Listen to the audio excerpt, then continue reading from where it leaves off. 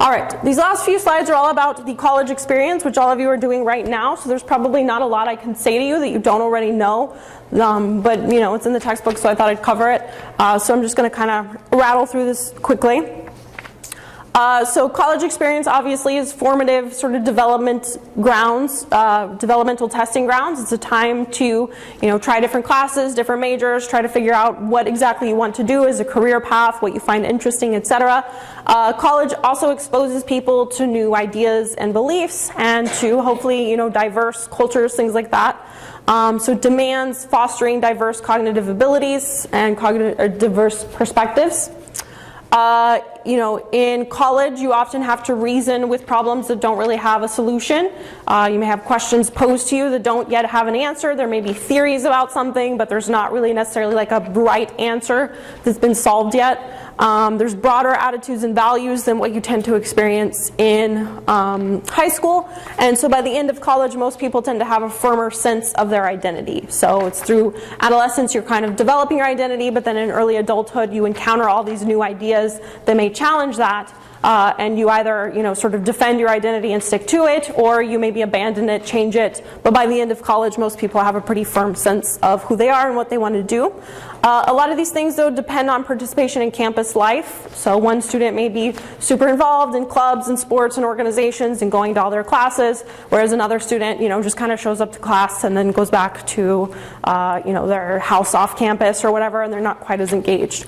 So that participation in campus life can influence a lot of the results that you get from college.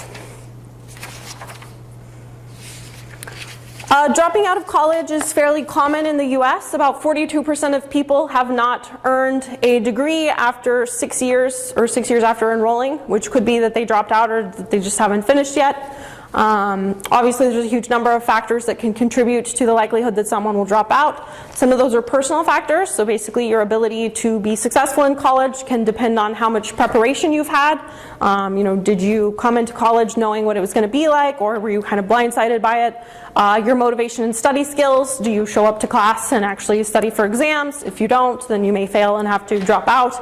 Also emotional dependence and distance from parents. If you're emotionally dependent on your parents but you're living very far away from them, then there's a higher chance you're going to drop out compared to someone who's not quite as dependent. In addition to those personal factors, there's also factors that are often outside of the control of the student. Financial problems, for example, and low socioeconomic status have been shown to contribute to dropout rates. Some colleges also don't have adequate support services, and so they may kind of just let students fall through the cracks without really doing anything to help them. And so reaching out to students early is crucial. It's one of the things that Clark does well. We have this whole student concern form thing that we're encouraged to use, that if we even see anyone starting to fail or something, we're supposed to reach out and guide them to different resources and stuff. And that is very different from my experience at Iowa State University. So I know not every college has that kind of early alert system like we have at Clark. But that's been shown to be very crucial to help reduce dropout numbers. So not everyone goes to college, and even if you do go to college, you eventually have to then settle on a career. And so these are some of the periods that have been suggested that people go through in trying to identify what career they want to pursue. In childhood, you go through what's called the fantasy period. So you may remember, being a kid and thinking, I want to be whatever. Usually the whatever was something kind of grand and ambitious. I want to be an astronaut, something like that. And so it's during that fantasy period that you start to understand that you eventually will have a career and a job, and you start to think about what those different jobs might look like and just kind of fantasize about all usually the positive aspects of those jobs. Tentative period is mostly during adolescence, during high school in particular. You may start actually researching jobs, looking into, what kind of education do I need to get this job? What kind of money am I going to make? What skills are required in order to get this? Usually most people in that tentative period first start thinking in terms of interest. So they may think, what's interesting to me? What do I think would be fun or enjoyable? And then they shift to thinking more in terms of their own abilities and the value that that job will have. You may think, okay, it'd be interesting to be an astronaut, but do I have the ability? And what income am I going to get? What's the value of that job? After the tentative period, you switch to the more realistic period. So now you're starting to really think about, what you actually want to do. And there's an exploration period to that where you're still continuing to research. That would be most likely during the first couple years of college, if you do go to college. And then crystallization is where you basically commit to something and decide, I'm going to pursue that and get the necessary skills.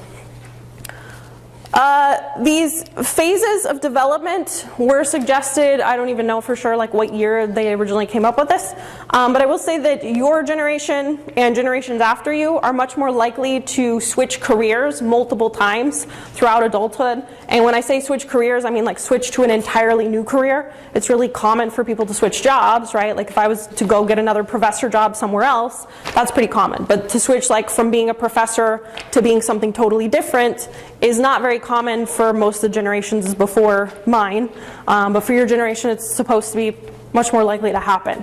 And so if that's the case, I would guess that you would probably go through these periods multiple times. Maybe you go through fantasy, tentative period, realistic period, you get a career, you get into that career, and maybe that career becomes automated because they develop robots that can be a professor or whatever. And so now you have to completely switch. Or maybe you realize you just don't like that job, then you have to completely switch. You might go through these periods again in order to sort of settle on a new career.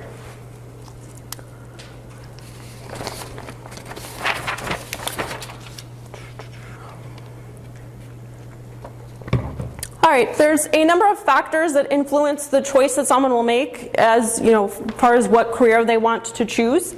Part of that is just the personality of the individual making the choice. There's actually on this next slide this whole personality type that was created as suggestions of sort of types of careers that people pick. And we'll talk about them more in a second. In addition to that, family influences often play a pretty big role. That depends on the relationship between the parent and child and how similar they are. But in a lot of cases you may decide, I want to be a doctor because my mom was a doctor. I want to be a teacher because my aunt was a teacher or whatever. The teachers that you encounter can also influence it. If you take a class in high school that's about science and you really, really like the science teacher, then that may influence you to make that choice. Also, gender stereotypes can play a role. So those stereotypes that we start to learn as children and then kind of internalize and take with us into adulthood, they contribute both to your view of yourself and how, the career that you think you want to pursue or would be good at, but then also, from a societal level, it kind of impacts the likelihood that someone can get into and then make progress in a particular field. So, for example, a woman trying to get into a male-dominated field, she may have individual views of herself that she shouldn't be going into that, but even if she thinks she should and goes into it, then the systems in place within that field may make it harder for her to progress compared to a man. Obviously, educational and job opportunities. So if you have access to a university or college that's close to your hometown, then you may be more likely to go to college compared to if you live, sort of in the middle of nowhere where there are no universities. And of course, just overall life circumstances obviously contribute as well. So like I was saying, there's, in psychology, there's a number of different personality type systems. You may have heard of Myers-Briggs is a personality thing. There's 16 different personality types that you could be.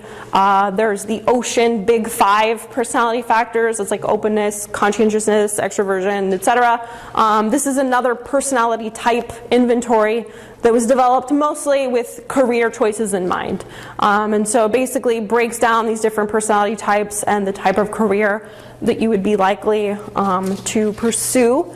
I remember, at least when I was in high school, I remember taking a personality inventory that told, what's your aptitude. There was an aptitude test, but then also this personality test that told you this is a job that might fit your personality.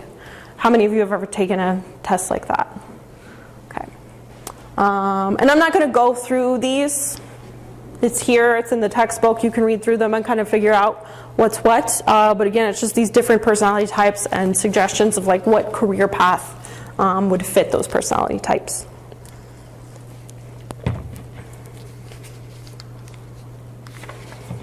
All right, obviously not everyone goes to college, and so there are different ways to prepare someone for a career if they know that they are not wanting to pursue college. A lot of high school graduates in the US are poorly prepared for skilled occupations because our high schools don't necessarily teach the skills that you would need in a lot of the careers that need employees.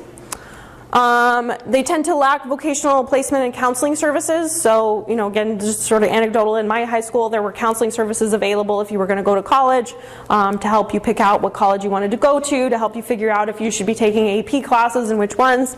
But I don't remember there being a prominent counseling service for someone who doesn't want to go to college and just wants to go into a career.